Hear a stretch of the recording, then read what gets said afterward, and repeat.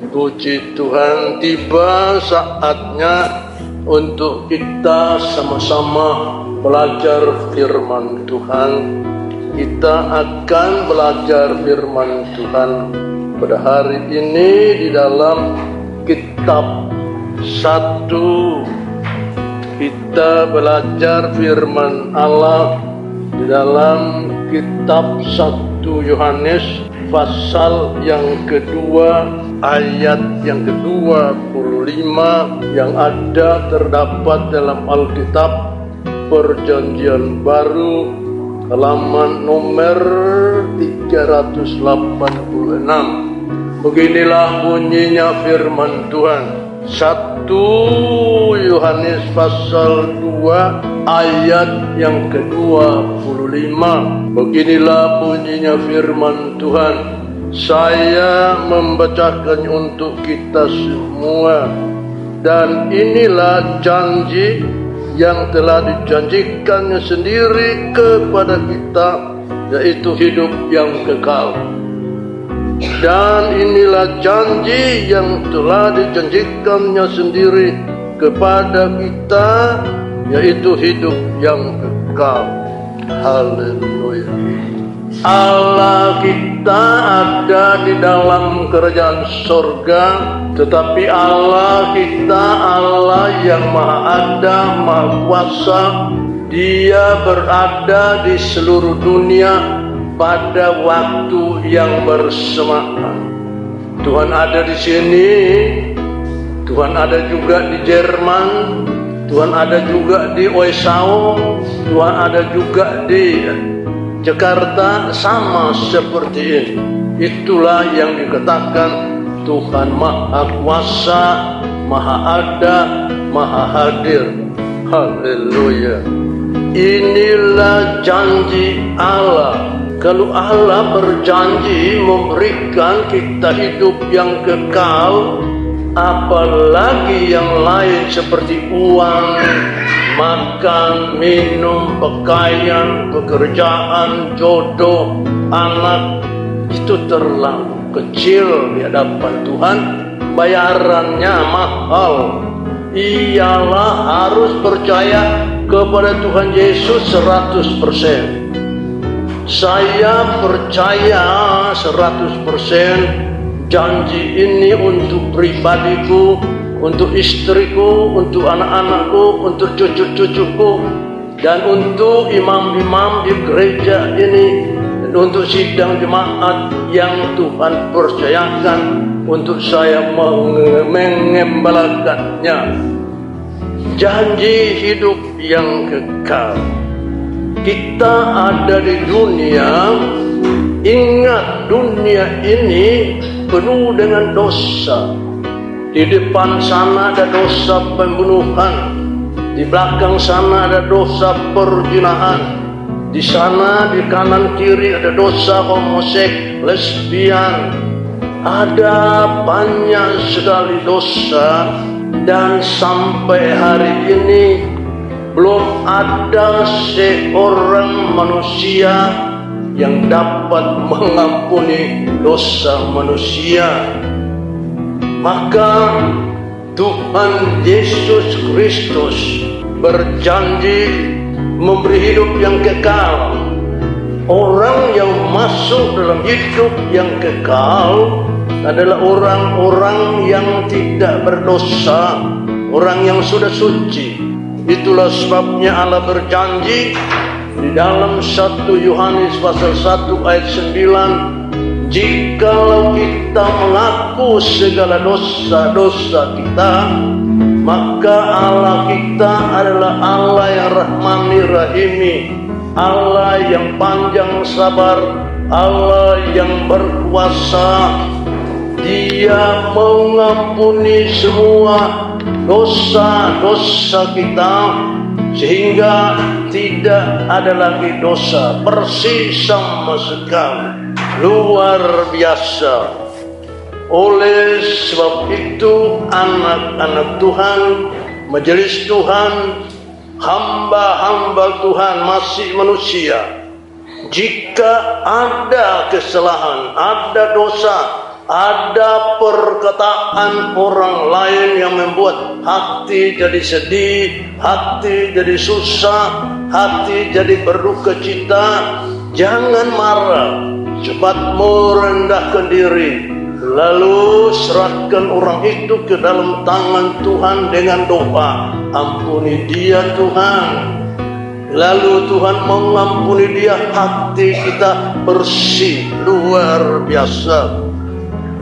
Allah berjanji mengampuni dosa-dosa kita. Saya akhir-akhir ini sadar, sehingga saya mengoreksi diri salah dosa yang sudah lalu yang saya perbuat. Saya minta ampun. Kalau kita sudah minta ampun, sudah Tuhan ampuni. Tidak usah lagi katakan saya berdosa, saya berdosa. Tuhan sudah ampuni.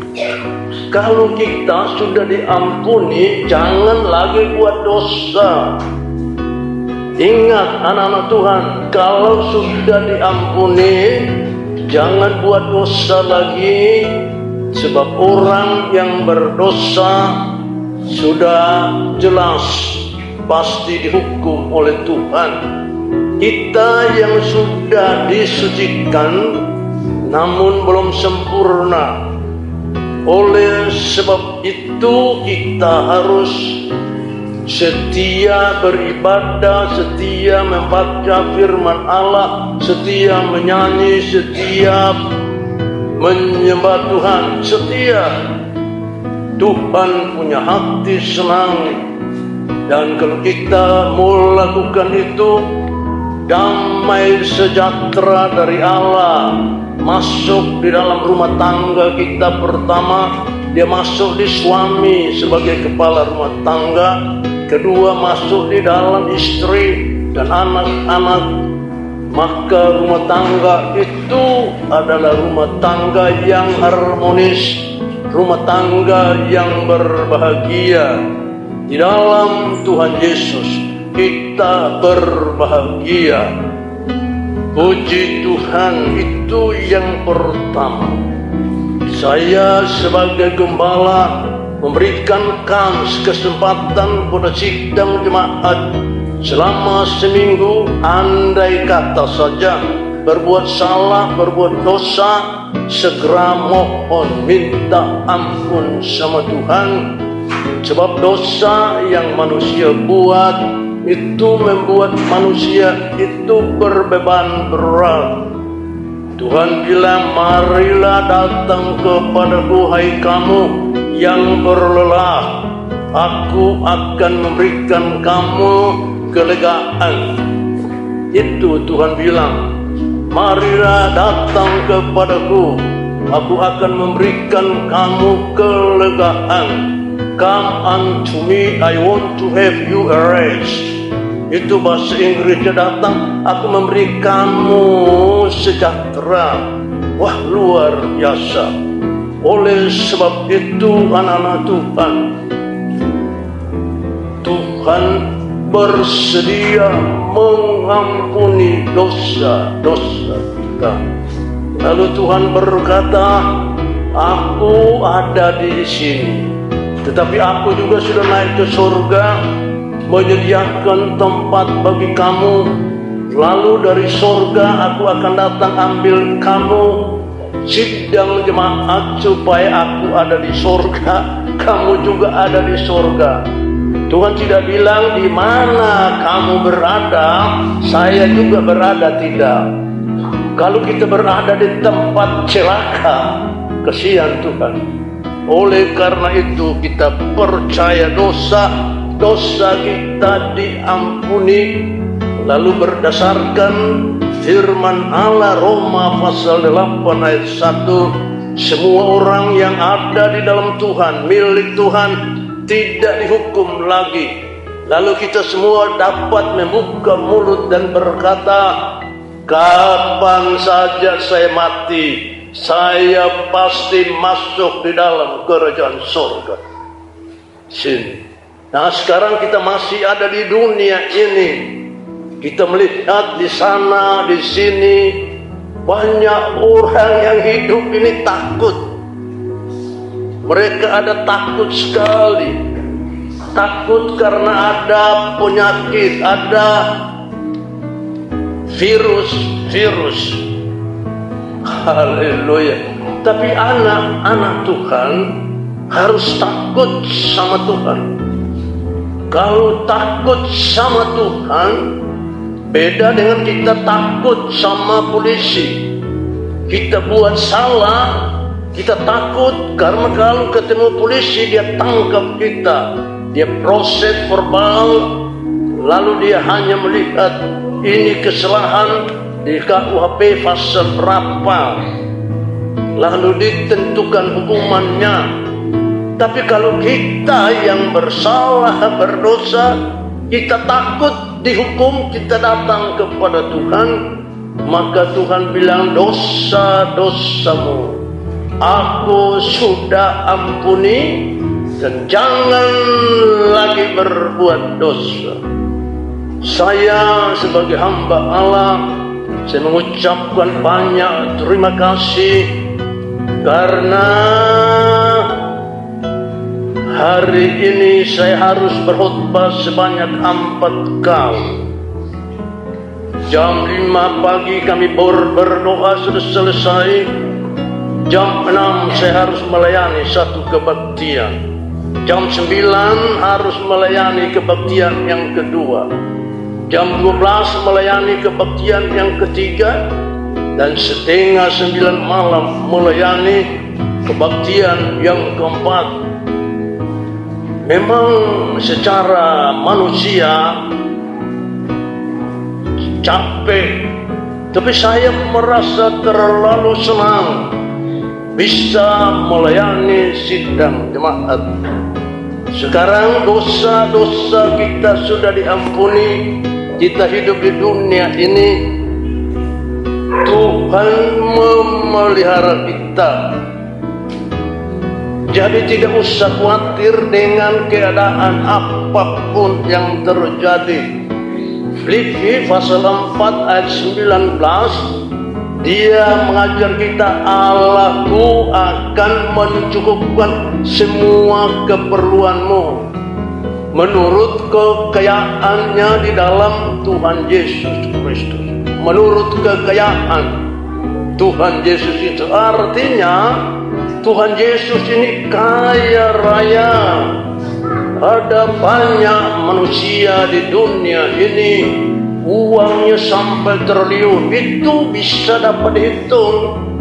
Tapi saya mau kasih tahu sidang jemaat supaya tahu, ada seorang yang kaya raya, yang tidak pernah bersalah, tidak pernah berdosa, namanya Tuhan Yesus Kristus. Uangnya tidak bisa dihitung karena kaya raya. Itulah Tuhanmu, itulah Tuhanku. Kalau Tuhan kita kaya, kita diberkati, makannya enak, minumnya segar, pakai yang bagus, itu nikmati semua. Jangan permalukan nama Tuhan. Di mana kita berada, di mana kita pergi, nama Tuhan kita permuliakan. Haleluya.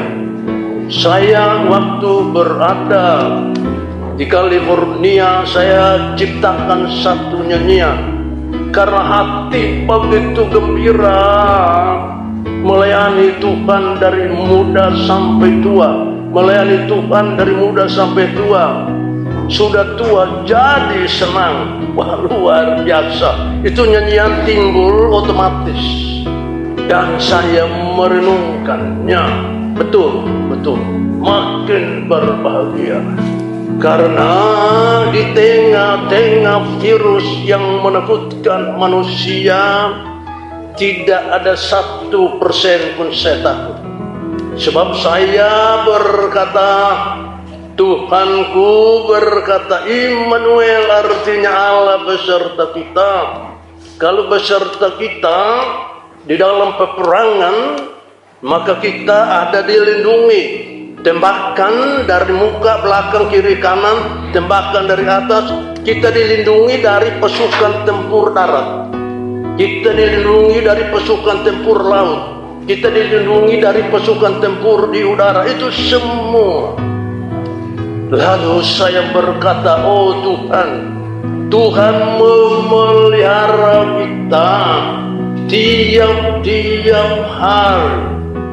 Jadi jangan berpikir saya punya pekerjaan seperti ini, anak begini banyak, saya sekarang sudah pensiun. Begini, dengar baik-baik.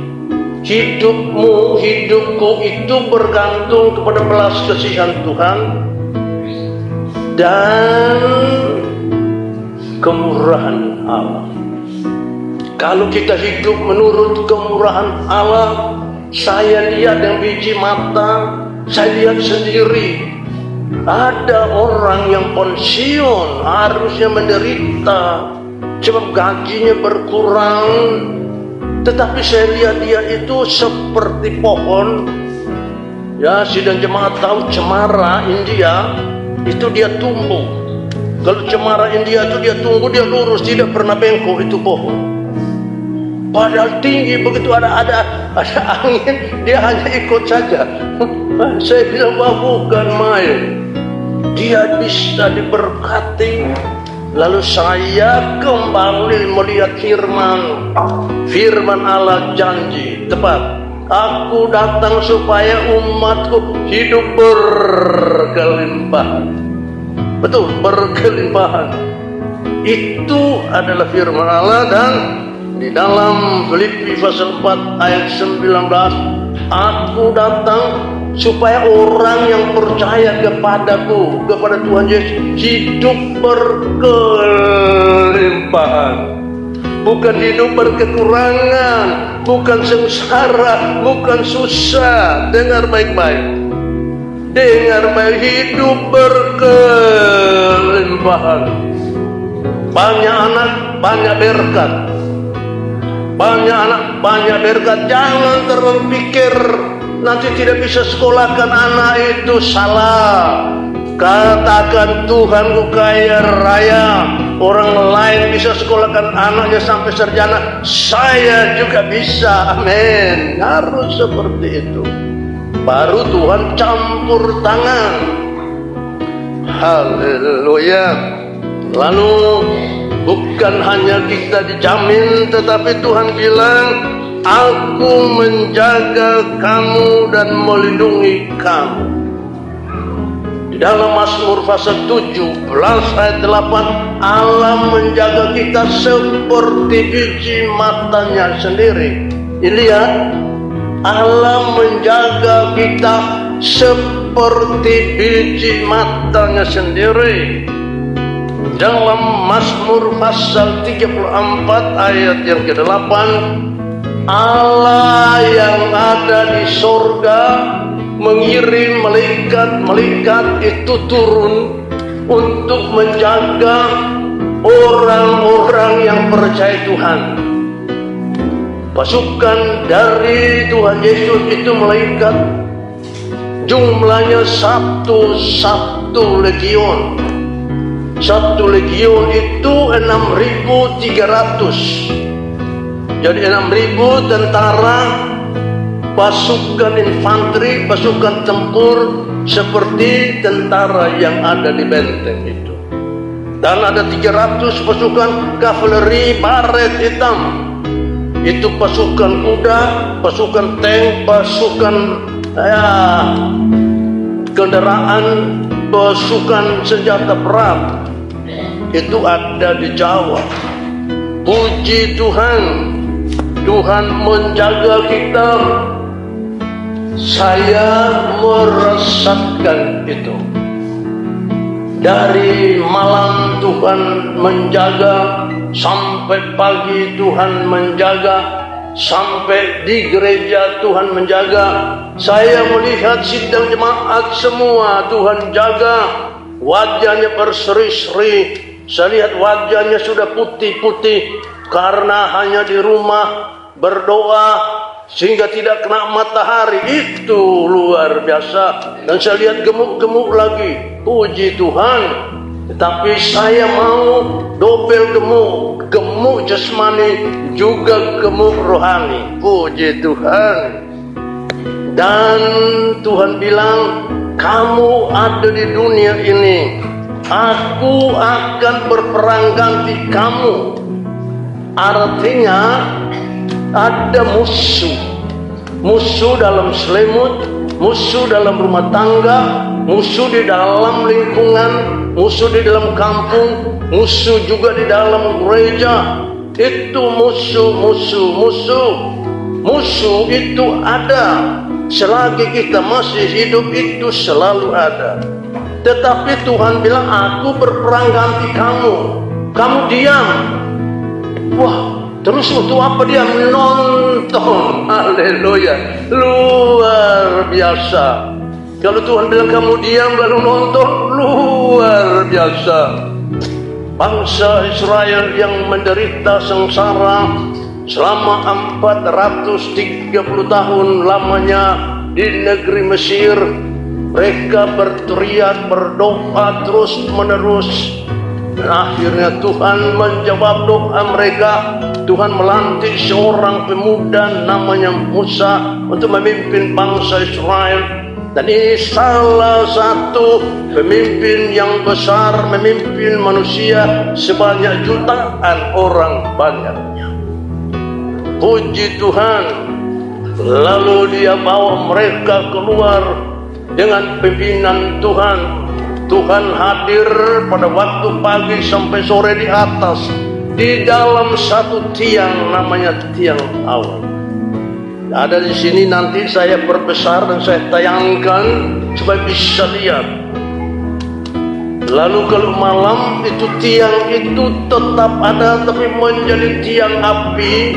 Itu bukan berarti Tuhan itu berubah, tidak.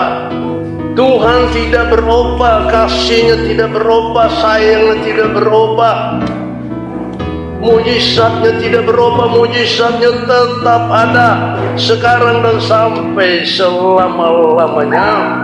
Bangsa Israel luar biasa, pimpin oleh Tuhan. Tetapi akhirnya ada musuh dari belakang. Di muka ada laut Tebrau, laut Kolsom.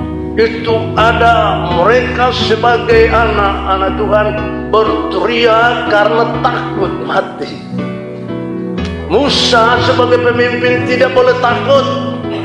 Sebagai seorang pemimpin itu tidak boleh takut. Musa ada tongkat. Kita lihat kalau di militer, di angkatan darat ini, itu komando mereka pakai tongkat. Waktu mereka berteriak mati kita. Kalau ada apa-apa jangan berteriak saya mati, jangan. Haleluya, puji Tuhan. Maka itu setan itu takut. Haleluya. Dalam nama Tuhan Yesus, setan pergi. Saya diberi pengertian kepada Tuhan bahwa bukan hanya pendeta saja berdoa. Anak-anak Tuhan, kalau jauh dari pendeta ada sakit di mana, pegang itu sakit dan seterap dalam nama Tuhan, Tuhan sembuhkan. Karena Tuhan bilang tumpang tangan. Yohanes pasal 1 ayat 12, setiap orang yang percaya Tuhan Yesus diberi kuasa menjadi anak-anak Allah, dilengkapi dengan kuasa Allah. Kuasa Allah itu untuk melawan itu musuh. Oleh sebab itu anak-anak Tuhan dengar sini, dia Tuhan bilang berperang ganti kita. Lalu Musa tidak takut, angkat itu laut itu terbelah jadi dua. Seperti ini gereja, tembok-tembok, di ini rata-rata jalan. Rata-rata jalannya rata, mereka jalan. Kalau kita ada di dalam Tuhan, maka pertolongan Tuhan itu tepat pada sasarannya. Kalau kita betul menghadapi laut, Tuhan akan kasih kering supaya kita jalan di dalam. Haleluya. Oleh karena itu, maka bangsa Israel lalu musuhnya mau coba. Dengar, musuh pikir habis lu, sudah ada laut mau kemana. Tetapi cara Tuhan tidak masuk akal. Kalau hujan di sini sudah 1 hari masih basah ini tanah, tapi ini langsung kering dari atas sampai di dasar, kering sekali, luar biasa. Lalu bangsa Israel sudah lewat, musuhnya masuk. Dia pikirin di situ. Tuhan bilang, aku berperang mengganti kamu dan kamu melihat. Puji Tuhan, habis sama sekali. Dalam nama Tuhan Yesus saya ingatkan, saya kasih tahu sidang jemaat. Kalau ada yang ganggu anak Tuhan yang sungguh-sungguh beribadah, Tuhan akan turun tangan, dia habis. Saya tetap percaya itu. Haleluya. Lalu bukan hanya itu saja, tetapi Tuhan bilang, aku menyelamatkan kamu. Itu janji. Di dunia kamu selamat sampai kamu masuk di dalam kerajaan surga. Di dalam Kisah Rasul pasal yang ke-16 ayat 25 sampai ayat 31, Paulus dan Silas ditangkap di Filipi karena mengabarkan Injil, bukan mencuri, bukan membunuh, bukan menyesatkan orang, tapi mengajar orang supaya masuk dalam kerajaan surga. Mereka ditangkap, masukkan di dalam penjara, diikat kakinya luar biasa. Apakah Paulus dan Silas itu susah? Mereka tidak susah, malah mereka senang. Di dalam penjara, mereka tengah-tengah malam, artinya jam 12, mereka bernyanyi. Orang kalau susah tidak bisa nyanyi, mereka nyanyi penuh dengan kesukaan. Lalu orang-orang yang ada di penjara bilang begini, kasihan, ini 2 orang ini mereka stres. Orang memuji Tuhan penuh sukacita bilang stres. Itu orang tidak mengerti. Begitu mereka nyanyi, kuasa Allah turun. Mazmur pasal 22 ayat 4, kalau kita menyanyi memuji Tuhan, hadirat Allah turun. Maka terjadilah satu kegerakan yang besar. Pintu-pintu, jendela-jendela terbuka semua. Ikatan yang diikat keras di kaki dari Paulus dan Silas itu terlepas sendiri.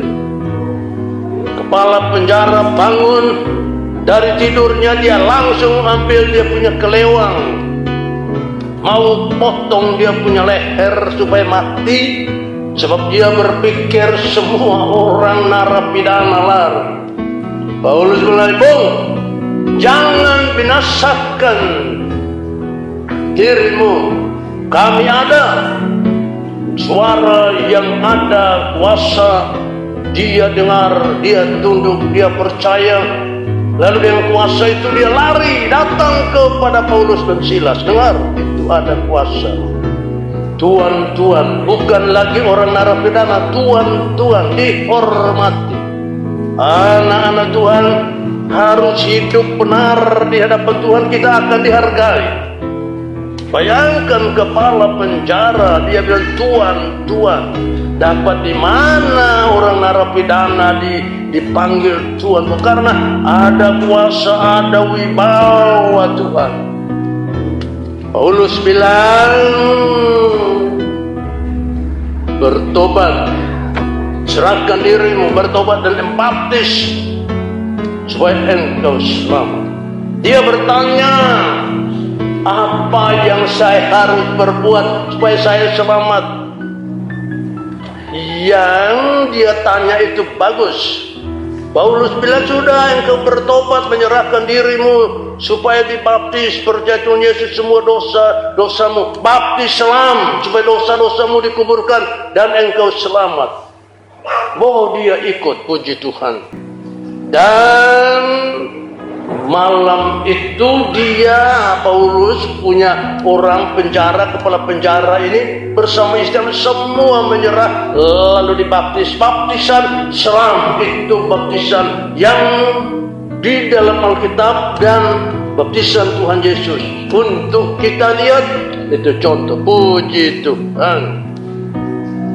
Sekarang Tuhan berjanji untuk menyelamatkan kita. Haleluya. Tuhan sediakan surga untuk kita. Maka itu Tuhan ada di dunia hanya selama 33 tahun setengah. Lalu dia mati karena dosamu, dosaku. Lalu Tuhan naik ke surga dan dia kasih tahu semua orang, ditulis dalam Alkitab, aku pergi ke surga, menyediakan surga buat kamu, lalu nanti aku kembali, aku menjemput kamu semua, lalu aku bawa kamu ke surga. Di surga aku ada, di surga kamu ada. Surga itu lantainya emas, kota emas, pintu-pintu dari mutiara. Betapa indahnya surga itu, betapa mulianya surga itu, betapa indahnya, betapa gagahnya, betapa mulianya surga itu. Dengar, kalau surga saja Tuhan sediakan untuk kita, masa uang untuk makan tiap hari tidak? Masa beras tiap hari untuk makan tidak? Masa rumah untuk kita tinggal Tuhan tidak kasih? Kalau sudah berdoa, lalu sampai hari ini belum dapat, misalnya minta rumah, tunggu, pasti dapat. Itu Tuhan meminta kita bersabar. Sabar. Surga Tuhan sudah siapkan untuk kita, dan Tuhan Yesus akan datang. Oleh sebab itu, sidang jemaat anak Tuhan yang dihormati, diberkati, dan anak Tuhan yang berbahagia, kita semua pada hari ini, saya sebagai gembala meyakinkan, menawarkan keselamatan dari Tuhan ini untuk kita semua, bahwa kita semua yang percaya Tuhan sudah selamat. Tunggu saja waktunya untuk tinggalkan dunia ke surga. Kita tidak bisa pergi sendiri, sebab kita tidak tahu jalannya. Dan kita pergi pakai apa ke surga? Tuhan Yesus akan datang dari surga, datang menjemput kita, lalu bawa kita keluar dari dunia, lalu masuk di dalam kerajaan surga. Di dalam kerajaan surga kita hidup senang dengan Tuhan Yesus kekal selama-lamanya. Amin. Tuhan Yesus berkati kita semua.